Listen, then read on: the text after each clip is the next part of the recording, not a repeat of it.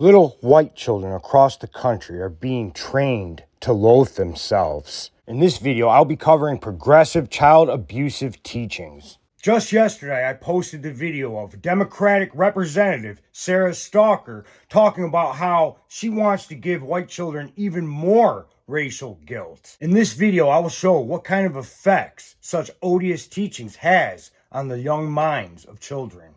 But child abusive progressive teachings aren't limited to racial matters. They're also all about indoctrinating the child into the LGBT medical pipeline. And we'll watch a young girl's transformation over a year using testosterone. So you guys remember this woman? I'm going to be honest. I don't feel good about being white every day for a lot of reasons, because it's a point of privilege. And I'm just a female, but just a woman, just a white woman. If I was a white man, I would be functioning from a point of an even greater privilege. When kids have a moment to reflect about how the color of their skin does and does not allow them to move through the world, and trying to stifle that and trying to say you shouldn't feel bad, so we don't want to ever expose you to something that is going to make you have to pause and have maybe some internal feelings. It's a missed opportunity for some really good dialogue. Wow, this is the result of such evil and self-loathing, self-defeating teachings. We're just talking about Reconciliation Week, and what did you say, Evie? Mummy said that I was the white people and I didn't want to. Don't want to be the white people. And I want to be the brown skin people. Yeah, but we're trying to make it better, aren't we? Yeah, and the white people took everything away, like children, babies, like that. Away from them, Away from the Aboriginal people. yeah. But now reconciliation is about making friends and trying to fix it, isn't it? Yeah. And that's good. Yeah, but I'm still upset about that white skin. Yeah. Well, we didn't do it. It was the people before us. But I understand what you mean. Yeah, that's all I want to say. Liberal white women should not be allowed to raise white children.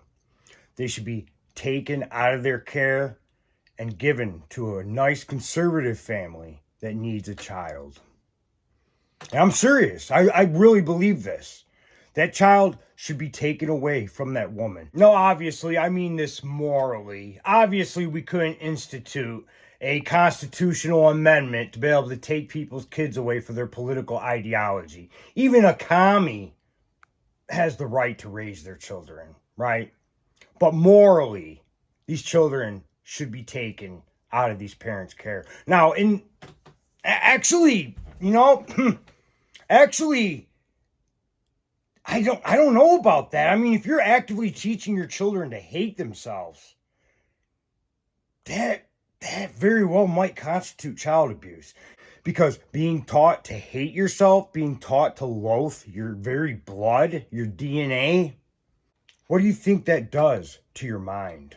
Over half of liberal white women between the ages of 18 to 29 self-report mental illness. My name is Morgan, and this is my voice pre-testosterone. My name is Morgan, and this is my voice 1 week on testosterone. My name is Morgan, and this is my voice 1 month and 1 day on testosterone. My name is Morgan, and this is my voice 2 months on testosterone. Also, I'm sick. My name is Morgan, and this is my voice 3 months on testosterone. My name is Morgan, and this is my voice 4 months on testosterone. My name is Morgan, and this is my voice 5 months on testosterone. My name is Morgan, and this is my voice 6 months on testosterone.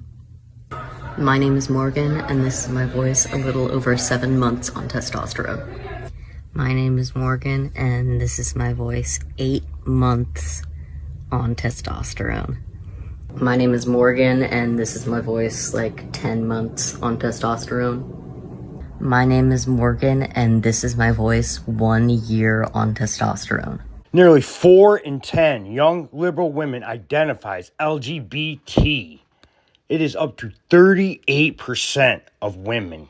American Affairs: How to Understand the Well-Being Gap Between Liberals and Conservatives by Musa El-Garbi. Liberal girls tend to be significantly more depressed than boys, particularly after 2011. However, ideological differences swamped gender differences. Indeed, liberal boys were significantly more likely to report depression than conservatives of either gender. The authors also found that the more educated a teen's family was, the more likely the young people were to be depressed, and the more dramatic their rise in depression was after 2012.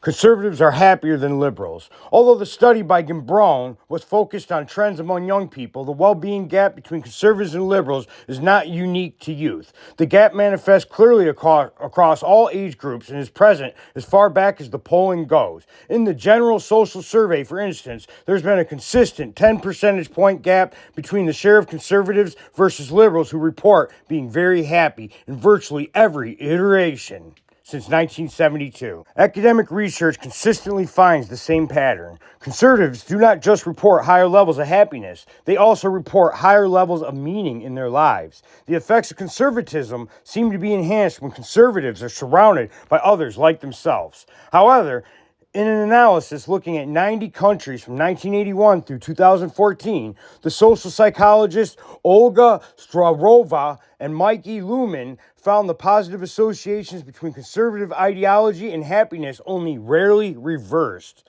Liberals were happier than conservatives in 5 out of 92 countries, and never in the United States. And here's a chart showing depression rates and how they increased exponentially during the Obama years, which is shaded in that light purple. The light orange is obviously Republican years. Female conservative and male conservative rates of depression have plateaued, while female liberal and male liberal rates continue to rise. Has a doctor or healthcare provider ever told you that you have a mental health condition? Wow, look at conservatives all the way to the left and then look at the liberals to the right. The lines downsloping like that indicates age. White liberal women are over 50% between the ages of 18 to 29 who self-report mental illness. That's insane. It's a pandemic. It's an epidemic of mental illness. Liberalism, progressivism is literally a mental illness. It's destroying the minds of children. One little girl is being taught to hate her culture. The other little girl is being taught to hate her gender. The first little girl doesn't want to be white, and the second little girl doesn't want to be a girl. There's something inherently twisted and sick about this. Raising your children like this is child abuse. These parents should be in jail.